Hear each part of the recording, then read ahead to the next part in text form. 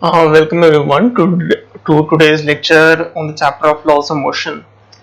In the last video, we left up till this particular question. In this question number one, there was a rocket which was blasting off, and we did this one. So, let us begin. In question number two, we are asked there is a body of mass 5 kg and it is under the action of some force F. Some force is acting on the body F. It's a two-dimensional force. Initially, the body has a mass of velocity v vector, and at t equal to 10 seconds, its velocity becomes 6 j cap meters per second. We have to find the force acting on the body. Okay, we know that the force acting on the body is defined as the change in momentum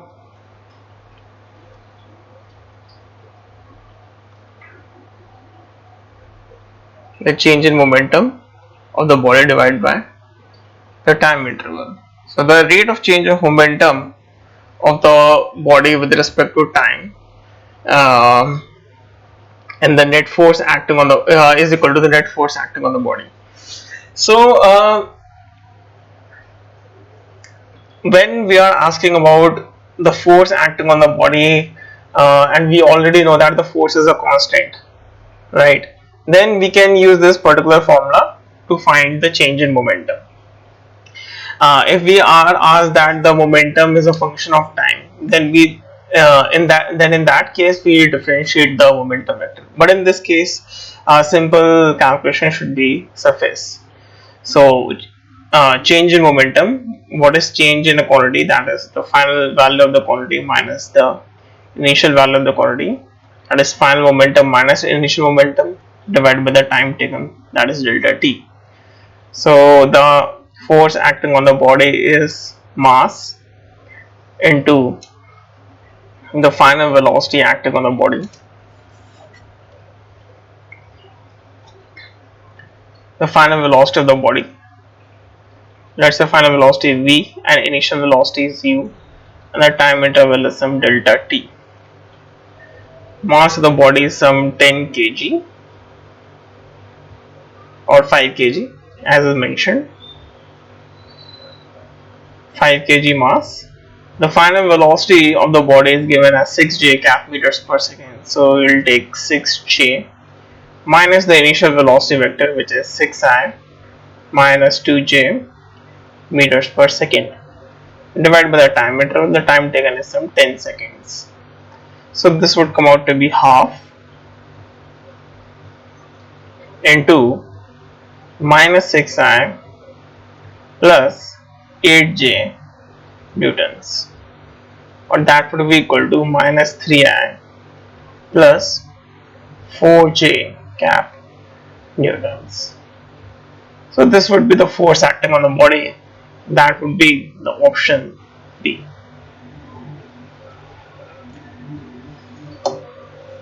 Next, let us talk about the idea, and let us do the question third.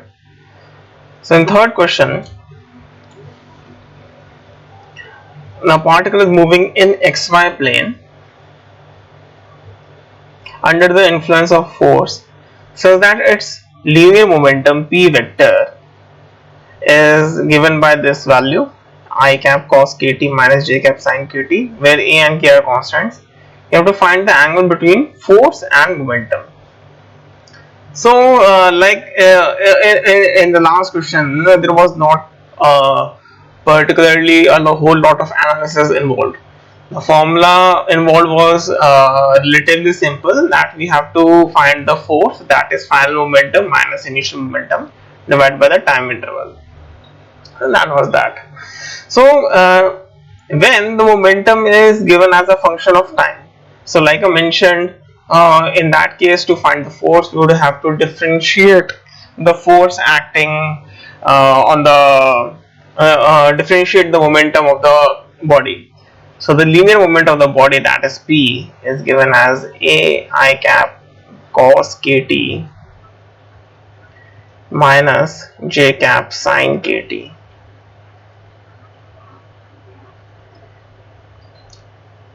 So the force acting on the body is equal to dp by dt. So that that is the formula which we are going to use. We are going to differentiate the momentum.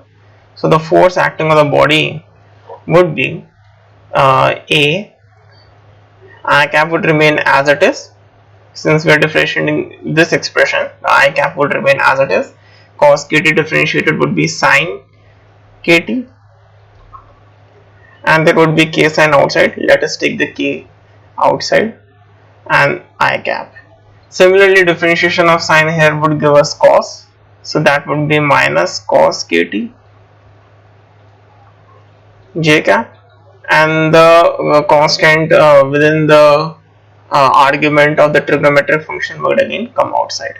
So this is the net force acting on the body. So as we take negative sign outside, this comes out to be minus ka sine kt I cap plus cos kt j cap. So we are supposed to find what is the angle between the force, what is the angle between the force and the momentum of the particle. So the angle between the force and the momentum of the particle, that would be simply the angle between two vectors. So how to find the angle between two vectors? So to do that, we will take the dot product between the two vectors. So let us take the dot product of force and momentum vector. So f dot p. So f dot p would be simply multiplication of the scalar quantities outside, that is minus ka square, and the dot product of the vector part of both the quantities. So cos kt would be multiplied by sine kt. So this would become cos kt sine kt, and minus sine kt would be multiplied by cos kt. So as you can see, this would entirely cancel out and this would come out to be 0. So and that gives us the answer. When the dot product of two vectors is 0, that means the angle between those two vectors is 90 degree. So here as the particle is moving following this vector and its force is acting in such a way that its dot product is 0, so that's why the angle between the force and momentum is perpendicular, that is 90 degree. So with this we have used the Newton's second law a lot of times. We are used with the formula F equal to dp by dt. So let us move on to Newton's third law. So Newton's third law states that if a particle A exerts a force F on another particle B, then B will exert a force minus F on A. That is, both A and B would exert equal and opposite forces on each other, where the forces lie on the line joining A and B. By that we mean is that let's say there is a body A and let's say there is a body B, then the line joining the centers of these two bodies, the force exerted on A by B, let us name it as force on A by B, and the force exerted on B by A, these two forces would be equal and opposite. So they would be opposite in direction and equal in magnitude. So we write a vector, draw a vector sign, and they lie on the line joining these two bodies. And this is what we mean by third law.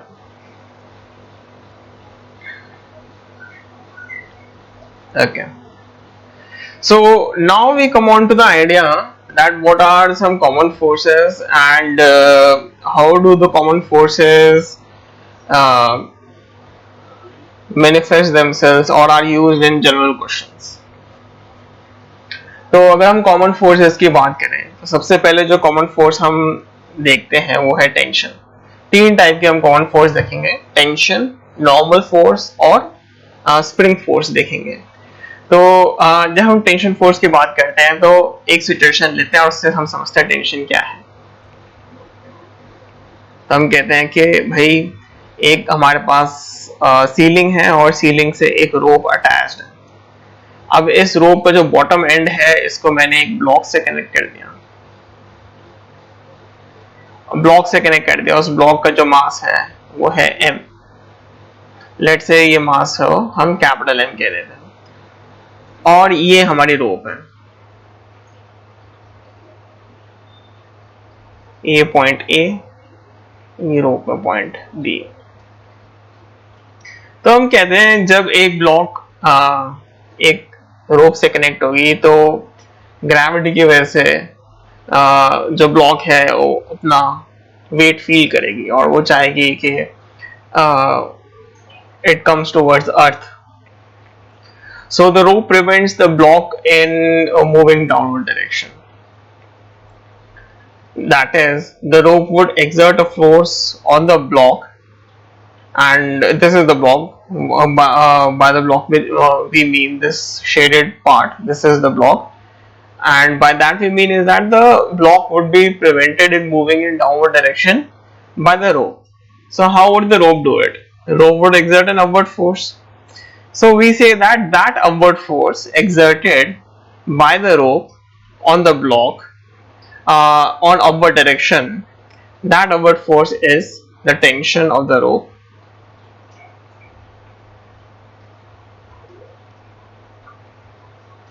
at point B. So by tension force we mean that this is some stretching force, and this stretching force exists in different parts of the rope. Its value may be same and its value may be different. So this is what we are going to investigate, that what are those values and what is how tension acts on bodies. Okay, so let us say tension force at point B, let's say that force is some TB. So like I said, the block is connected to the rope. The rope is an inextensible body, वो खींच नहीं सकती। तो जो block चाहेगी कि block नीचे गिरना चाहे, तो ब्लॉक पे एक ग्रेविटेशनल फोर्स एक्ट कर रही है जो कि इसको डाउनवर्ड डायरेक्शन में पुल कर रही है, एंड जो रोप है वो एक्सटेंड नहीं हो सकती है। तो वो अपना एक्सटेंशन रोकने के लिए, अपने शेप में चेंज को प्रिवेंट करने के लिए एक फोर्स लगाएगी किसी दूसरे बॉडी पे, that is it would exert force not on itself but on some other body, that is the block, and that force which you would say, that force which is exerted by the rope on the block is force को हम बोलेंगे tension.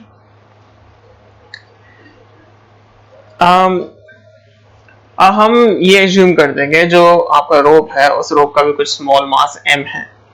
तो एक बार हम उन forces का diagram बनाते हैं जो कि आपका इस रोप पे एक्ट करते हैं। तो जो रोप है, रोप पे अपवर्ड पॉइंट A है और डाउनवर्ड पॉइंट B है। अब जो ब्लॉक है वो इस रोप को डाउन डायरेक्शन में पुल कर रहा है, तो जो ब्लॉक उस रोप पे डाउन फोर्स लगाएगा, इस फोर्स को हम बोलेंगे TB। तो ये हमारा एक एग्जांपल हो गया न्यूटन्स थर्ड लॉ का, या हम कह सकते हैं एप्लीकेशन है न्यूटन्स थर्ड लॉ का, कि जो फोर्स आपका रोप ने ब्लॉक के ऊपर लगाया अपवर्ड डायरेक्शन में, वही फोर्स ब्लॉक ने रोप पे लगाया डाउनवर्ड डायरेक्शन में। तो हमारे फोर्स TB एंड ये वाली TB, ये दोनों TB forces, they are not the same force, they are different forces. Why they are different forces? Because they are acting on different bodies. Why they follow Newton's third law? They follow Newton's third law because they are being exerted by rope on the block and by block on the rope. रोप ने block पे लगाई this force and block ने रोप पे लगाई this force. ये दोनों force में हम टेंशन बोलेंगे, tension of the rope at point B है, क्योंकि B पॉइंट पे आपका ब्लॉक कनेक्टेड है रोप से। तो this is the tension eight B। तो ये जो ब्लॉक है ये रोप को डाउनवर्ड डायरेक्शन में पुल कर रहा है, जैसे हम देख रहे हैं न्यूटन्स थर्ड लॉ को फॉलो कर रहा है। तो इसके साथ साथ हमारा जो रोप है इसका अपना कुछ वेट भी होना चाहिए। तो जो ग्रेविटेशनल फोर्स है हमारे रोप का उसे हमने लिख दिया mg, और जो सीलिंग है, सीलिंग प्रिवेंट करेगा हमारे पूरे सिस्टम को डाउनवर्ड जाने में, इसका डाउनवर्ड मोशन रोकने में। तो वो पॉइंट A पे एक अपवर्ड फोर्स लगाएगा। The system जो सीलिंग है वो पॉइंट ए मतलब रोप पर एक अपवर्ड फोर्स लगाएगा। तो ये जो अपवर्ड फोर्स है ये रोप को डाउनवर्ड डायरेक्शन जाने में रोकेगी और ये फोर्स हमारी अपवर्ड आएगी। इस फोर्स को हम बोलेंगे tension at the rope at point A. So जैसे हम देख रहे हैं कि tension throughout the rope exist करेगी and in addition to that वो जो टेंशन है वो आपके एंड पॉइंट्स पे भी एग्जिस्ट करती है और उनकी वैल्यू निकालने के लिए हम इस टाइप से डायग्राम बनाते हैं और फोर्सेस ड्रॉ करते हैं।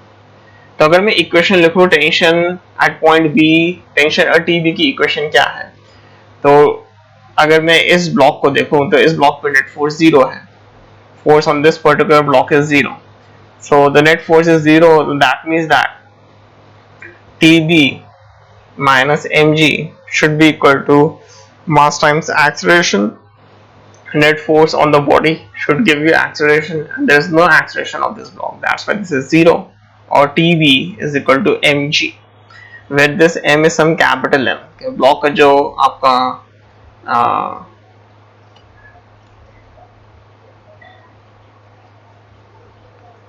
ब्लॉक का जो मास है उसको हमने कैपिटल एम ले रखा है।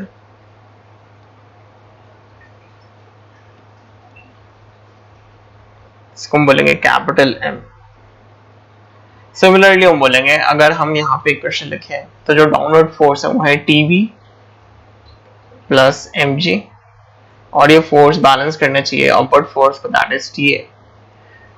सो अगर मैं इस इक्वेशन को देखूं तो आई कैन से दैट कि tension at point C and B are different, A और पॉइंट और बी पॉइंट पर टेंशन अलग अलग है एंड इससे हम ये कह सकते हैं कि अगर एक रोप में मास है, if this rope has a mass, तो इसमें टेंशन एंड पॉइंट्स पे अलग अलग होगा और थ्रू आउट द रोप अलग अलग होगा। तो और वो टेंशन में हमारा डिफरेंस क्या होगा, हमारा टेंशन में डिफरेंस होगा mg।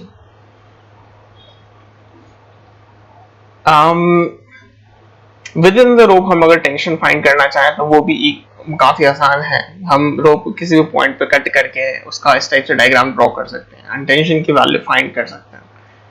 बट अगर मैं एंड पॉइंट्स की बात करूं तो उनसे हमें पता चल रहा है कि टेंशन की वैल्यू अलग अलग है।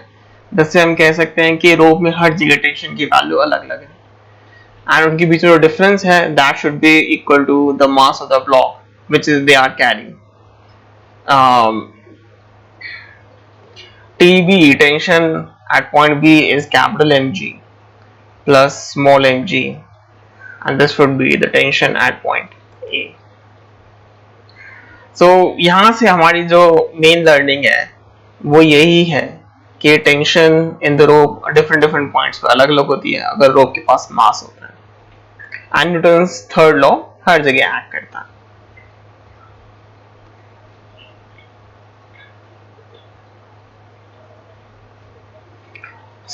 एक मासलेस रोप के लिए अगर हम रोप को मासलेस माने, फॉर अ मासलेस रोप हमें कह सकते हैं कि T A plus T A is equal to T B plus mass of the rope, जो कि है ही नहीं, it is 0।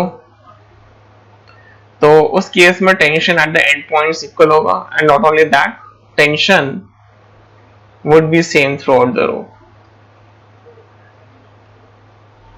Tension would be same everywhere in the rope. So इसके पीछे रीजन यही है कि एक मासलेस इनएक्सटेंसिबल थिन रोप में टेंशन हर जगह सेम होता है और वो इसलिए होता है क्योंकि इसमें अगर हम उसका डायग्राम बनाएं तो उसमें नेट फोर्स हमें 0 करना है और उस पे उसका मास होता ही नहीं, तो उस इक्वेशन में ये एक्सप्रेशन 0 हो जाता है, इस वजह से टेंशन 0। नेक्स्ट नॉर्मल फोर्स क्या है?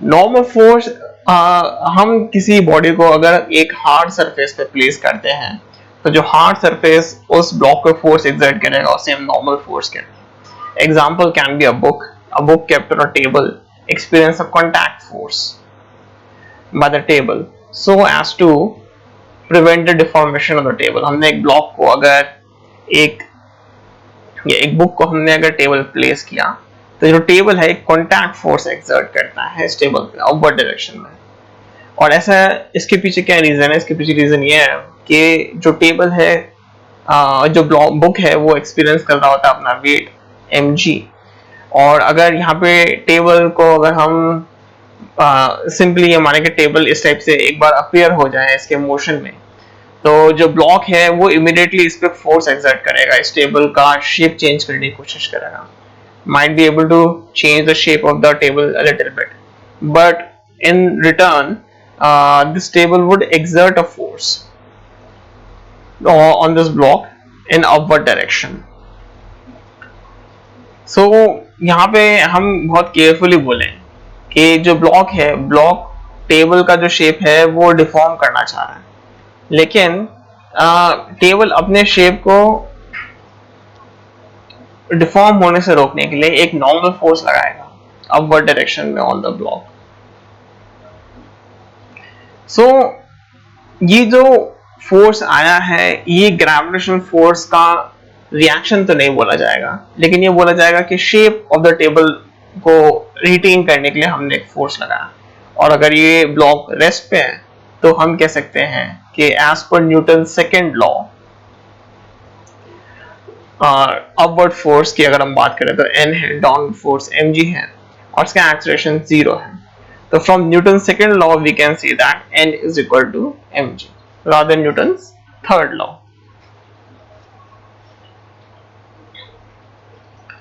So और ये नॉर्मल फोर्स जो होती है ये इस ब्लॉक पे हर जगह यूनिफॉर्मली एक्ट करेगी, would act uniformly everywhere. And इसका इन सारी फोर्सेस का हम कंबाइन करके एक वैल्यू लिखते हैं कि हम कहते हैं n. उसके बाद एक छोटी डिटेल ये भी है कि अगर इस ब्लॉक को हम दूसरे ओरिएंटेशन में प्लेस करें, लेट्स से ऐसे प्लेस करें जिससे इसको सरफेस एरिया कम मिले, तो क्या n चेंज हो जाएगा? तो n चेंज नहीं होगा सिंपली बिकॉज ये इक्वेशन चेंज हमारी नहीं हुई. Since this equation does not change at all, so that's why n would remain equal to mg.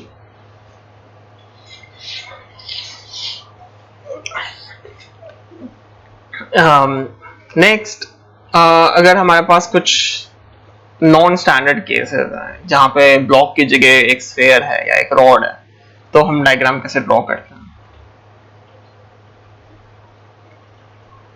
तो यहाँ पे हमें एक रूल याद करना पड़ेगा कि अगर हमारे पास एक या एक से ज्यादा कर्व सरफेस प्रेजेंट होती है तो हम सबसे पहले कॉमन नॉर्मल फाइंड करते हैं.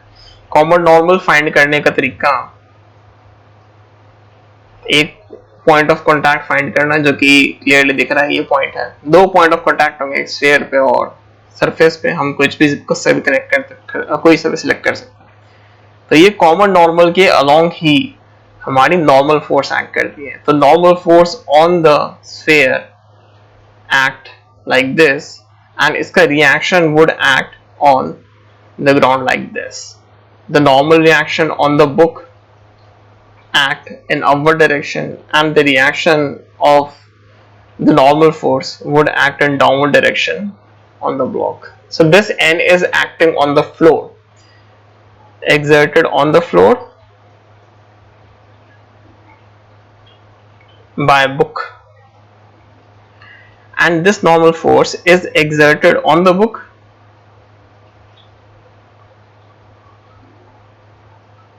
by floor. तो ये हमारा केस हुआ कि अगर एक स्फेरिकल सरफेस को हमने रखा है. इन द सेम वे अगर हम एक रॉड को प्लेस करें, मान लें एक रॉड है जिसको हमने एक सरफेस पे इस टाइप से प्लेस कर दिया, एक हॉरिजॉन्टल एक वर्टिकल सरफेस है जिस पर हमने एक रॉड को प्लेस किया, कह सकते हैं एक लैडर है. तो अगर हम इस रॉड का डायग्राम बनाए, इस पार्ट को हम जूम इन करके देखें तो इसका डायग्राम बनाए तो ये हमें इस टाइप से दिखेगा कि ये कर्व सरफेस है जो कि ग्राउंड को इस टाइप से टच कर रहा है. अगेन जब हम कर्व सरफेस की बात करें तो हम नॉर्मल ड्रॉ करेंगे और जो नॉर्मल है वो हमेशा की फ्लैट लाइन के परपेंडिकुलर एक्ट करता है. तो ये हमारा कॉमन नॉर्मल हो गया और कॉमन नॉर्मल के अलोंग ही हमारी नॉर्मल रिएक्शन फोर्सेस एक्ट करेंगी. तो normal reaction on this rod would act in upward direction and normal reaction on the floor would act in a downward direction and acting along the common normal. तो ये चीज हमें ध्यान रखनी है. तो इसी की तरह आप ये एग्जांपल ले सकते हो कि अगर मैं पॉइंट नंबर 1 की बात करूं तो उस पर नॉर्मल फोर्स कैसे एक्ट करेगा. तो again this is the flat surface. तो इस फ्लैट सरफेस के परपेंडिकुलर नॉर्मल फोर्स एक्ट करेगा ऑन द रॉड एंड इसका रिएक्शन हम जानते हैं.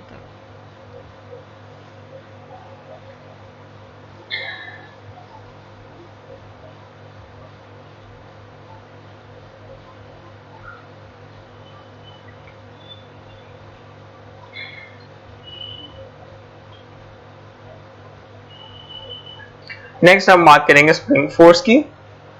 तो स्प्रिंग फोर्स हम कहते हैं या एक एग्जांपल और ले लेते हैं. हमारे पास ये एग्जांपल है कि इस टाइप से एक स्फीयर है जो कि दो सरफेसेस पे ऐसे प्रेजेंट है. तो नॉर्मल फोर्स कैसे बना है. तो ये स्फीयर है,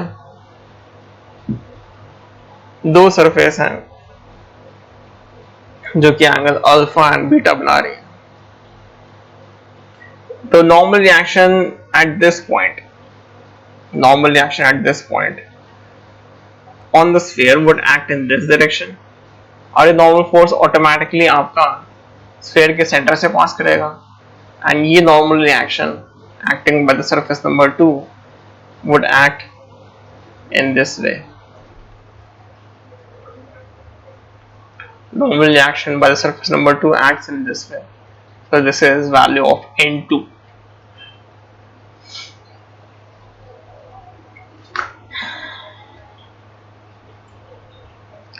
अगर एक हेमिस्फीयर की बात करें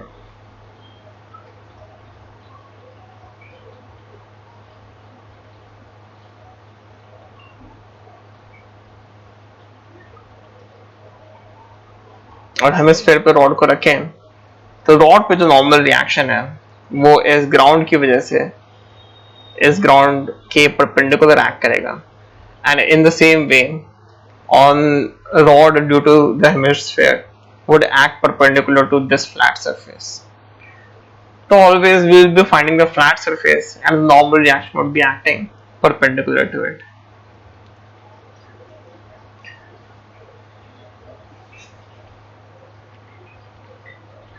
So I hope you understood how we are trying to draw normal reaction in these two cases and they give plenty of practice. Next, can normal force acting on a body be different than its weight? So think upon this answer. I'm giving you some time to think about that. Can normal force acting on a body be different than its weight?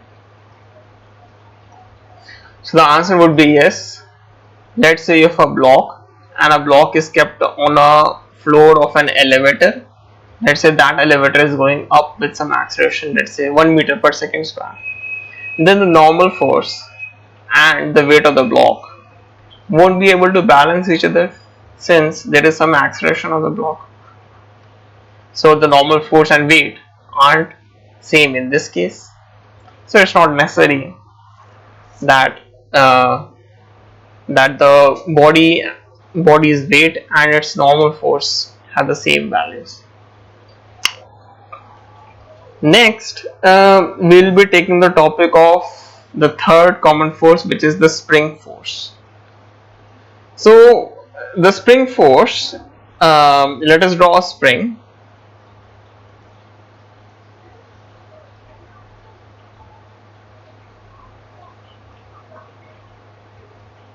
Spring is connected to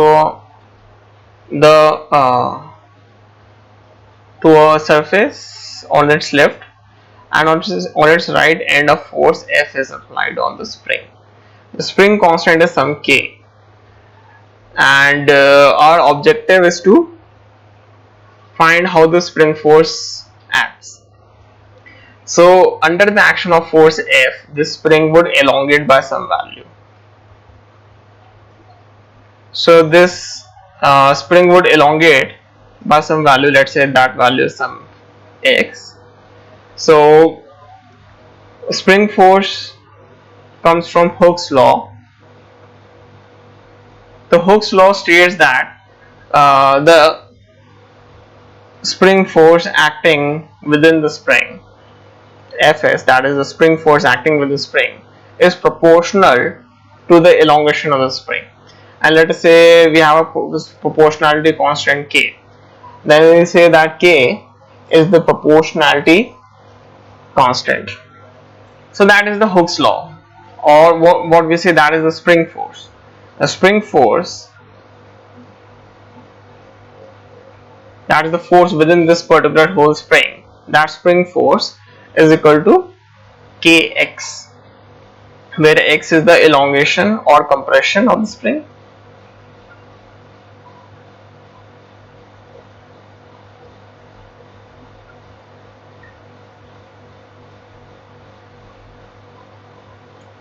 And K, that is the proportionality constant, is the spring's constant.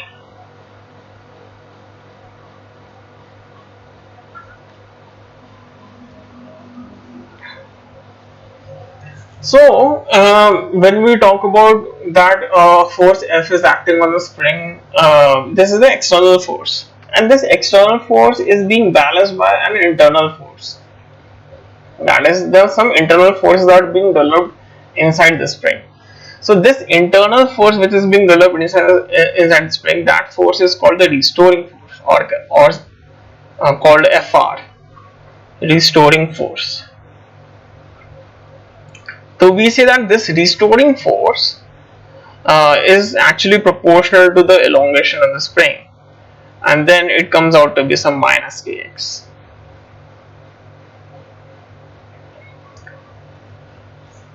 So this force acts on both the ends of the spring, like this and like this. So the spring would exert a force in rightward direction on the ceiling. So this is what we mean by a spring force. So when the spring is being compressed, then it tries to expand. So it would exert the force on bodies in contact with it in that way. And when it is being elongated, then it would try to regain its shape. It would exert forces on the body connected to it in inward way, that it would try to pull everything towards itself. So that is what we call by spring force.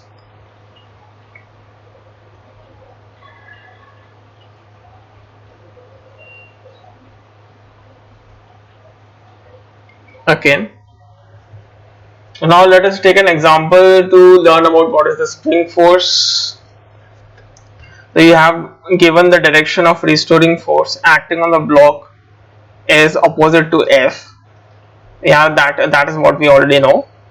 So K is given, X is given. You have to find the restoring force.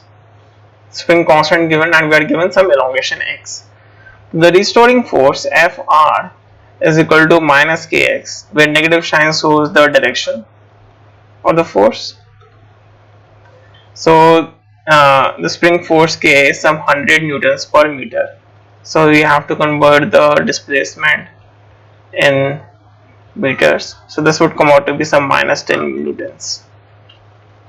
So this is the force exerted by the spring on this block, that is in this negative direction. So let us do one question. That a man pulls a trolley as shown in the figure. You have to fill in the blanks. So there is a man, and the man is pulling a trolley, and there is a handle, and this is the trolley, it is the man is pulling. So you have to write the list of the forces acting on the trolley, on the man, and what is the nature of the force. For example, on trolley, what are the various forces? On the trolley, there is weight of the trolley. So weight of the trolley, what is the nature of the force? Gravitational force. And then the handle exerts a force on the trolley. So you have a trolley, and let us draw the handle by blue. So the handle would exert a force in this direction towards right, and this force, we can say this force would be an electromagnetic force, because all contact forces are electromagnetic forces.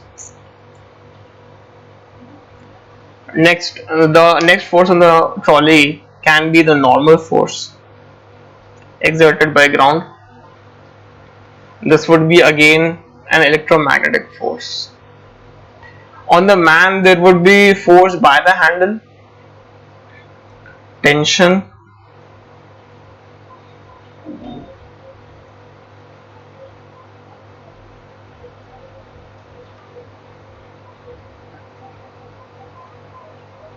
by the handle. This would be an electromagnetic force, as the man is pulling the trolley in forward direction. So the man would exert a force T on the trolley, on the handle, and the handle would try to pull the man in backward direction. So this T force would be an electromagnetic force. So this rest of the exercise is left to you as a homework. It's a nice exercise to write what are the nature of forces and what are the list of the forces acting on different bodies and different parts of a system. Like there is a man who's pulling a trolley using a handle. So what are the forces involved? So just try to write all the forces, and once you have written them, write the nature of forces also.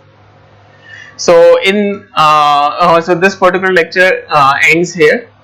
In the next lecture, we will be continuing with Atwood's machine and so on, the two block and a pulley problem and so on, and we'll be doing a lot of problem solving.